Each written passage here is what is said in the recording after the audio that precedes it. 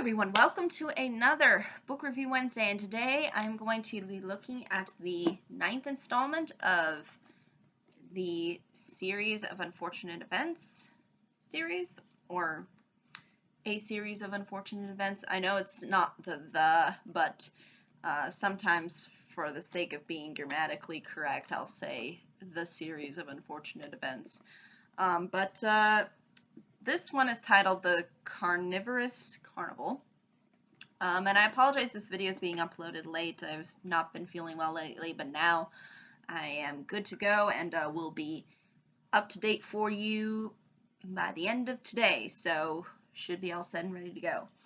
Now, as far as this 9th installment goes, again, if you haven't seen my previous videos where I discussed all of the books leading up to this point, then I suggest you go back and look at all of those before you venture into this one, because it's probably going to involve maybe some minor spoilers. But without further ado, let me address sort of what occurs within this round. So basically within the 8th book, we left off with the Baudelaire orphans taking refuge sort of somewhere. And that somewhere ends up being sort of a form of transportation. And I'm not going to say what, so at least I can keep the spoilers to a minimum here. But basically, they end up being dropped off from where they left off in that transportation system to a carnival. And basically, they end up disguising themselves as, I think, like sort of potential performers. And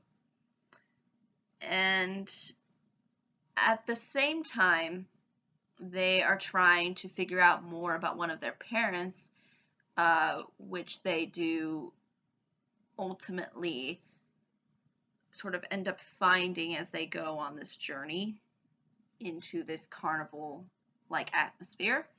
And it's interesting because a lot of the times in the other books beforehand, we did see that they were under some guidance or some kind of supervision within a lot of the other previous installments. It hasn't been to the point where they're kind of really on their own. And I think this book is sort of a transition into that, because we've seen them go from caregivers to sort of authoritarian figures to community, being the overseer.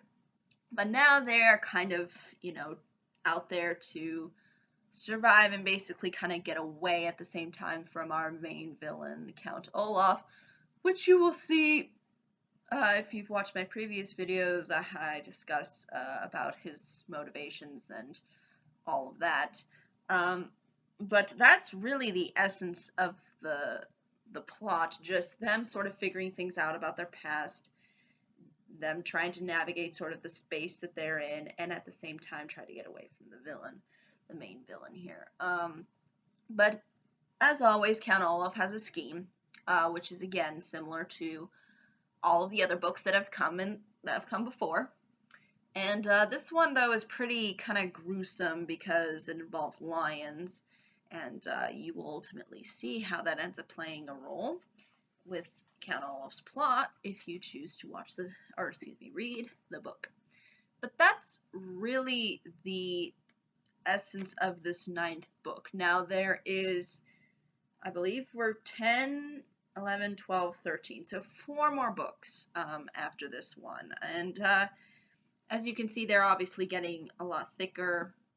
I wouldn't say they're getting more complicated, but they are interesting books. And this one is definitely trying to take things on a level that we haven't seen within the past, because again, the orphans are not put into a situation where they have a certain distinct authoritarian figure, and they're also not trying. Okay. They're also not trying to help out somebody else. They're sort of in survival mode. So that's another thing that's sort of familiar, but at the same time is interesting within this book and how it sets everything up. But I think that's really ultimately all I can say about this book without giving too much away. Um, and yeah, but if you have any questions, comments, concerns, I'd be more than happy to answer them. But thank you so much for watching. I hope you all have a pleasant day, week, month, and year. And I hope to see you on the next video. Take care. Bye.